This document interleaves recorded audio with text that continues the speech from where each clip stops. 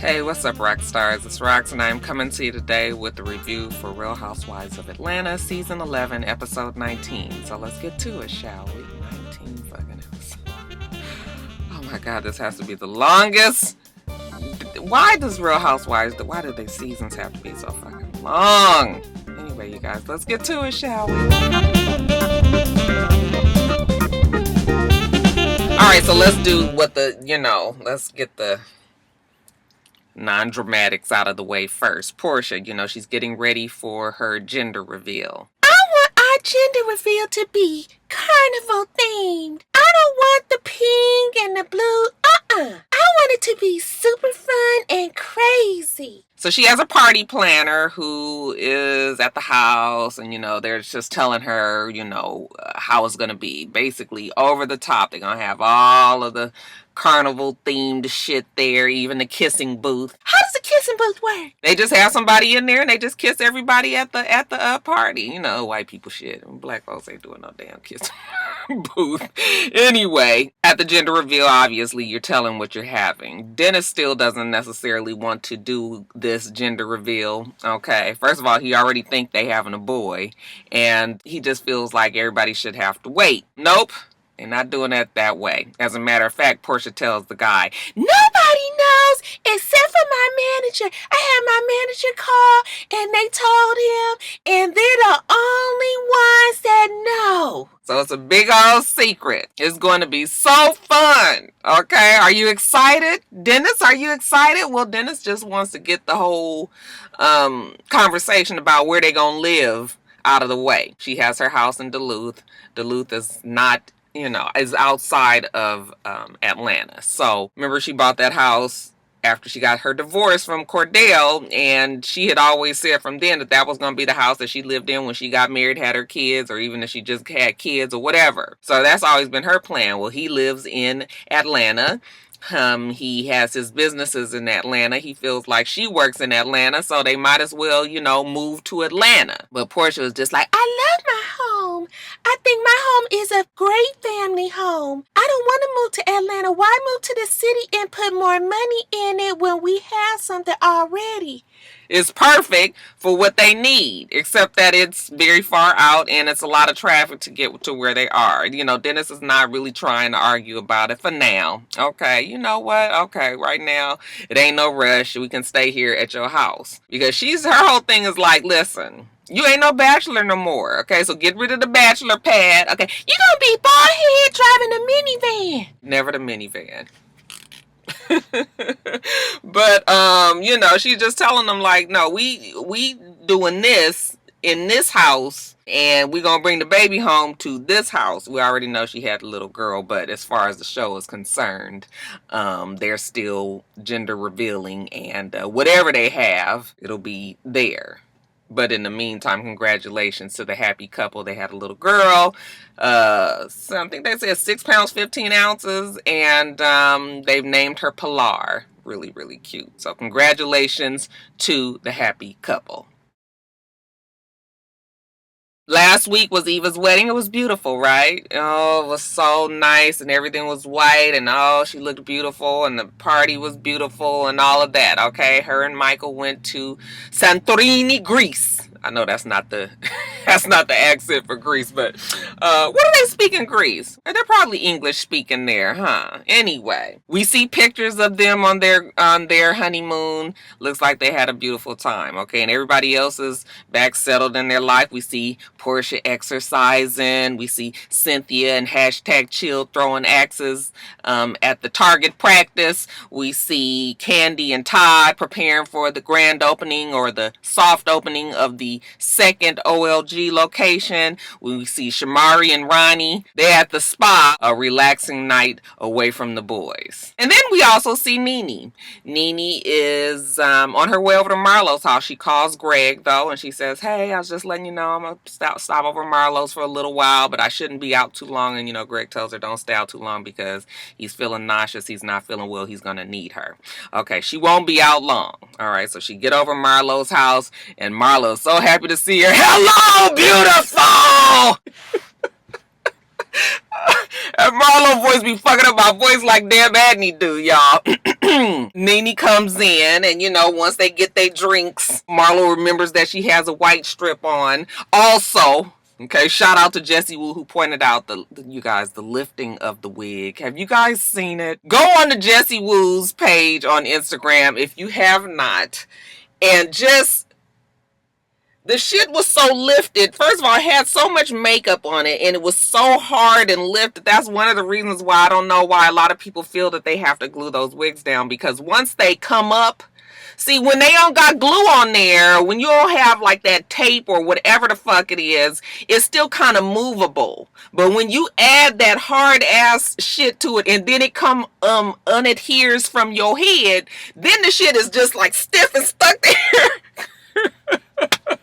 I'm telling you, I watched that video on Jessie Woo's page like 5 or 6 times. It is so fucking funny. She points out, like, didn't nobody see that in production? Yes, they saw it. That's why they put it on the fucking TV. But anyway, you guys, that's neither here nor there. That's another reason why people were trying to pull their hair back in these ponytails with them damn lace fronts. Like, come on. The fucking thing is not your hair. It is not gonna do what you want it to do. You got that shit slicked back and pulled all tight. Yeah, your scalp was like, not today, baby. Not today.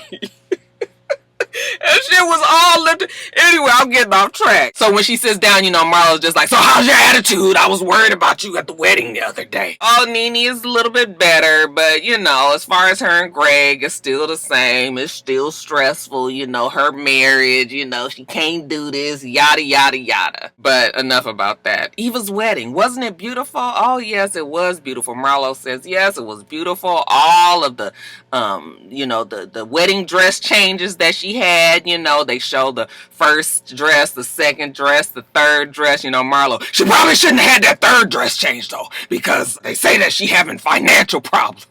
I was just like, ooh, that's how you gonna do it, Marlo? Nene was just like, the financial problems is why she shouldn't have a third dress change. Okay, is that what we fixing to do now? Yep, that's why you came over. Nene kind of is looking like she's in the position like, oh God, like I know this is gonna be good TV, and I know, but I don't know if I really want to be here with this shit. Now, in the meantime, the doorbell rings, and it is Tanya. Okay, oh, let me say hi to Nene. Hey, Nene. Goes and gives her a hug. They all sit down with drinks. Now, getting back to Eva. Tanya says, the wedding was fabulous. They spared no expense. Yes, but they probably should have. So the streets are saying that Eva is broke, that Mike is broke, that they bouncing from house to house. Credit is fucked up. How cars is, not in their names and got special tags on it and all kind of shit, okay? Tanya doesn't believe it. Well, I don't know. He's a successful lawyer. There's just like, so what? We all done fake the funk here. Especially Nene. Nene remembers them days. In order to support her stories, Marlo actually calls this bridesmaid, who is the one that supposedly is upset with Eva. All right. And I was just like, wow, with friends like these, you have friends, you fall out with your friends. Do you just turn on them like this? So fucked up. And what do they be fighting about? What is the reason that Eva and the girl fell out for her to go this hard? But anyway, everybody wants their 15 minutes, I guess. So the girl, Marlo calls her, and the girl is just like spilling the tea, telling everybody all these problems, how she, they got an old raggedy house, and that house that they in is not theirs, and the car was repossessed, and just a mess. All right. Now, Tanya and Nene are both sitting there. They both kind of cringing / okay, this is good tea, but also like, oh. But, of course, Marlo is the messiest, bringing the shit to the show like that. But, it's the show. All right, and it's supposedly y'all lives, so you can't really be mad at Marlo for doing it, but still, I'm just sitting there like, wow, this is fucked up. So once they get off the phone with the bridesmaid, now the conversation turns to who is going to tell Eva that this girl is out there talking reckless. Well, Marlo and Eva, you guys know they have bad history chemistry, so maybe Marlo shouldn't be the one. Tanya doesn't really know Eva, so Nene will be the one to do it. It'll be best received from Nene. I don't give a fuck who would have been giving me that information. It wouldn't have been received well. It wouldn't even, if it came from my damn mama. I was gonna be pissed off either way it fucking went, right? But okay, Nene. I guess because Nene is supposedly the one that kind of almost brought her onto the show. They trying to make it seem like they was besties or some shit like that. So, okay. Tanya does try to take up for Eva and say, well, you know, she has a crazy baby daddy. You know, she don't really want him to know where she lives. But, you know, what that doesn't change it for at least Marlo anyway, okay? Spilling the tea is settled. Nene is going to talk to her. Now, later on, Nene is at home, okay? And she's going to have a conversation with Greg. She pours him some orange juice. They sit down on the couch. Greg is like, I know this face. All right, what you about to say? All right, well, Nene tells him that she loves him, but you know what they've been going through, he's been mean. The same shit that we've been hearing. And before I even get on with the conversation, this pissed me off. Because Greg is sick, and I just really feel like you could cut the man some slack. Even in this conversation, you see how much he really loves Nene and is still trying to... But he tells her, like, I'm afraid. And I'm trying to work through emotions that I don't even understand. So if I lash out at you, it's not... You know, I'm not just trying to be mean and hateful just to be mean and hateful. You know, I am going through a lot.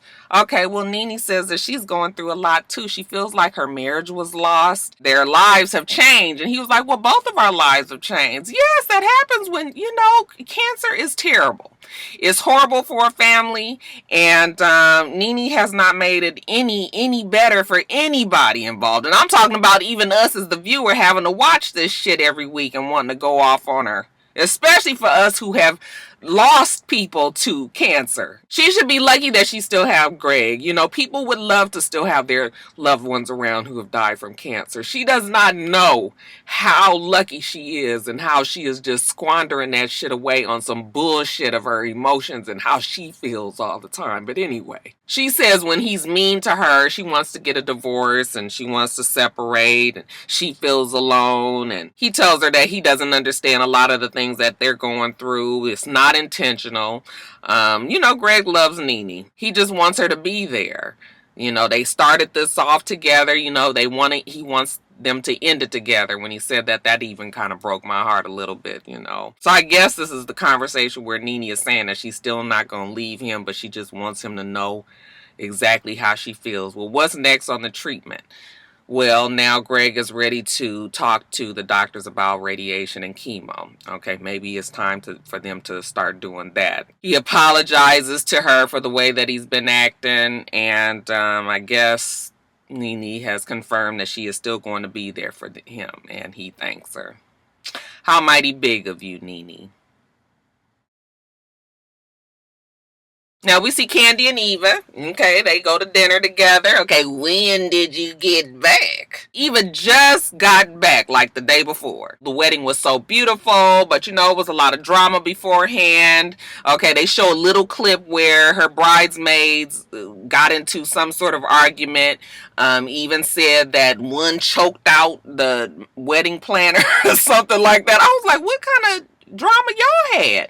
They didn't really show any of that, but you know, that was just to let you know. I guess that was maybe the beginning of her falling out with this Ace Boon Coon that she said that she'd been, you know, good friends with all this time. They was cutting up at the rehearsal, whatnot, but we got through the wedding, everything was fine. But the best friend was Shanita. Shanita has flipped so hard that even Eva, you know, was surprised. They're not even friends any longer. But enough about that. Eva tells Candy how she is about to move and that she wanted a turnkey home, but everything was so expensive. So then she started thinking about how she would get a fixer-upper. They still not quite sure what they're going to do, so they just going to move from the rental that they in to another rental. And Candy was just like, why are you moving from one rental to another? That don't make no sense. You are spending a whole lot of money. You just spent thousands of dollars on your wedding. Now you're going to move and then you're going to move again? It sounds fishy, right? It does sort of sound strange. Well, when are y'all moving? They moving in 2 days. Well, damn, you just got back home. Okay, so now it really is sounding like you running from creditor or creditor or something like that. So, everybody is kind of giving Eva the side eye. She says that is because of Kevin, her baby daddy, or as she, so lovingly calls him, the donor. I said, child, she about to get that boy started up again. You want him to leave you alone if he's stalking you, if he's harassing you, but then you say shit like this on a nationally syndicated show where, everybody is watching. You are asking for him. You are inflaming him. You are getting him more and more riled up to even come out after you and even say all these crazy ass things. I was just like, girl, you asking for it if you ask me. Now, Candy, we see her sitting down with Joyce and Todd and Riley, and she's telling them, we got some good news today. We got the certificate of occupancy for OLG. So that's moving forward. Very good. Now, the surrogacy. She tells Joyce, we have decided to move on with the surrogate. Todd met the girl that's going to be holding the baby, and he seems to be on board now. So, yeah, it's all a go. Now, Riley asked the grandmother, well, what do you think about this? Well, it don't seem like that's our decision. Nope, it's not. But Riley don't see the sense in it. What is the point of having another child if you're not going to be around to take care of it? You guys know Riley has always been the vocal child. She sees that Candy is really busy. And, like Ace, he in some sort of way, Riley is worried that Ace is not getting all the attention that he needs. And Riley doesn't understand why bring another child into that. I mean, it's understandable, but you sitting there listening to him talk. And I was like, that Riley ain't pulling no punches. Joyce does say, well, Riley, I have to say, being a mom that has lost a son, I do wish I had more than one child. And Todd co-signs, him being an only child, his mom is gone. That's it. I don't know if his father had died a long time ago. Yeah, we remember that. So he is just him now. So he feels like having a bigger family, it's some benefits to that, and Riley's just like, well, I'm just saying. Okay.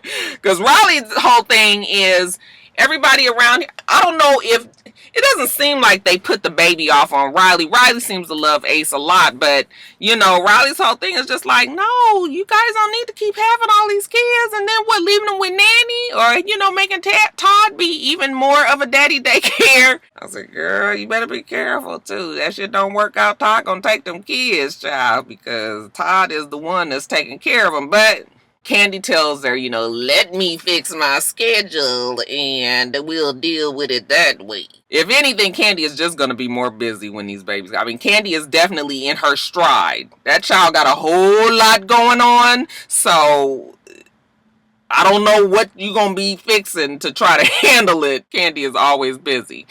But back to OLG. It's on its way. Okay, we see them at the restaurant. I think it's the day of the soft opening.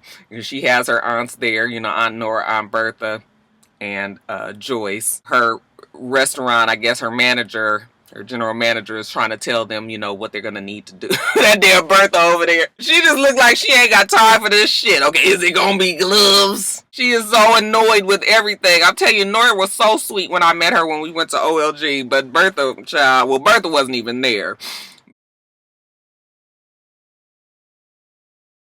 Candy says she's excited to be able to open. This is her second restaurant opening in less than 2 years. I'm happy because it's something for my family. Like, this just allows us to take it to the next level. So everybody comes. Cynthia, Tanya, Shamari, even Ronnie comes with her.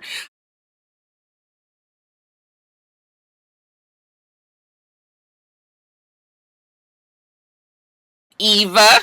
All right, she's back from her honeymoon, looks beautiful, okay, glowing and all. Everybody is just commenting on how well rested that she looks. Even Giovanna is there, okay, and got a prominent seat at the table too, didn't she? I was like, oh, okay, Giovanna. Anyways, while they sitting all down to just talk and, shoot the shits, Tanya was just like, Eva, I need to speak to you, boo. And Eva was like, is it something we need to go outside with? And yep, It sure is. Okay. So they go outside. So the other day I was hanging out with Nene and Marlo, and it was just like a fun girls' night. And Marlo made this phone call, and it was a girl that kind of knows you. And she was saying a lot of things, like a lot of horrible stuff. Well, what is it? Tanya kind of beating around the bush, uncomfortable. What did she say, Tanya? Well, she said like you guys didn't own your home or anything, and Eva was like, I never said we owned it. I always said we rented. I mean, that's not no big secret or deal. And Tanya was all like, and she said that you guys had bad credit, and I was like, half of America has bad credit right now. She tried to make it soft for Eva. Eva was like, listen. First of all, I already know who the bitch is. Okay, it's the bitch Shanita. All right, out there running her fucking mouth. She obviously is the one that has reached out to Marlo. It's very childish of Marlo to be sitting down, running around Atlanta and trying to get the tea on me. You just creating rumors. And it's not petty or messy. It's just plain old sad. So Eva is very annoyed. And she was like, you know what, fuck this. I ain't dealing with this. I'm out. Okay, jumps in her old. I was like, girl, you got a foxy too, a black one. I love my baby. I do. So she leaves. So Tanya goes back into the room and sits down at the table, and everybody was sort of like, well, where's Eva? Oh, she left. Tanya told her about what she found out at the girls' night out that her and Marlo and Nene had. And Nene was just like, well, first of all, why are you telling her anything? Because we already said that who was going to be the one to tell her me. So why are you telling her? You don't even know her. I was like, Nene, you don't even know her ass either. But child, that's neither here nor there. So Nene is real mad because, she get real mad when she feel like you trying to push up on her friends. Now Nene is mad at Tanya. I said, girl, you done pissed her off again. That's exactly why they didn't get that child a peach. Okay, you just made the king mad a few times. Candy was just like, so that's why we had that conversation about what's going on with her moving. She knew the story was going around, and she was out there doing damage control. So now Tanya has found herself in this peculiar place, okay? And Cynthia says, you know what, I've been there before. And a lot of them on this show have been in this position where you know some information, you're trying to feel like, do I need to hold it in and let somebody else say it? Or, it might get blindsided and then it'll come out that I was there and I knew about it. I didn't say anything. It's a bad place to be in. So I can kind of understand why Tanya did it. But it was just sort of like, well, we was all going to be here tonight. Nene was going to be there in 10 more minutes. So that's kind of how it seemed on the show anyway. So Nene goes outside and she calls Eva. And Eva is like, you know what? I ain't studying them old petty ass bitches in there. All right. And Nene was like, well, you know what? First of all, the girls there, nobody out there is talking about you like that. And then the camera flashes to Marlo, and Marlo's like, and they say that she had a full-blown lesbian relationship in Los Angeles. Everybody's like, oh! I mean, they just going on and on about Eva. But Nene is telling her, listen, come back. Like, I know it's been shit said about you, but don't let them tell your damn story. Okay, you be responsible for what what you want out there. And Eva was like, you know what, Nene, I'll come back and talk to you on some real shit without the cameras, without the mic. All right, now she said without the mic, right? Why when she pulls back in there, Nene has clearly told production that she doesn't want to talk on the mic. She still talks to her on the mic. I was just like, does she know that you still mic'd up? So she goes over there and Mike, her husband Mike, and Eva are explaining to Nene like why they moving, what's going on, why should they even have to explain it to everybody? But it's been some shit that has happened with Kevin. We do what we have to do to protect our family, but that's really nobody's business. Well, Nene has talked her into like, listen, you have to be the one to go and say what you say. You can't be running away, not with this group of girls and not with this show. You have got to stand up for yourself. So Nene, Eva being part of the reality show world, okay, she knows that does make sense. So she goes back in there. Let's handle this fucking elephant that's in the room. So she tells them the same thing that she's told Nene, that they have to move quite a bit. Yes, they do rent homes. That's never been a secret. Why is that a big deal? They move quite a bit because her baby daddy, Donor, he's crazy and he comes around and he'll scare her. He'll be in the bushes and some shit like that. And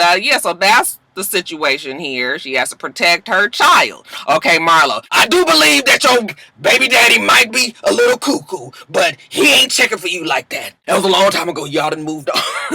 I was like, well, I don't know if he's checking for her like that, but yeah, he is definitely something ain't right there. And while she's explaining at the table, everybody is kind of looking at her like they don't believe the story either. I think that there may be some truth. I mean, so what if her credit is, just because you famous does not necessarily mean that your credit is good. Okay, you can get it back good once your money get to flowing in good, but some of the things that might have been said about her may have been true. Some shit might have been exaggerated, and some might just be lies altogether. But they're just saying, Marlo's just saying, girl, just keep it real, and Eva said this is as real as it gets. And I pretty much believe, like, Eva ain't trying to put on no airs and be nothing different than she is. But why do you need to be telling people on the show? Well, because you on the show, and that's just kind of how it works out. But child, they didn't even let the poor girl get home from her honeymoon good before they jumped in on her. I guess at the end of the season, she'll at least have a storyline for next season, won't she? Alright, Rockstars, let me move on to Married to Medicine. Rate, comment, and subscribe to the channel. I'm itsrox. The channel is for itsrox, and everything else I do will be in the bottom bar. All right. So I hope that you have a wonderful, wonderful rest of your day. I plan on doing the same. Till next time, Rockstars. Bye.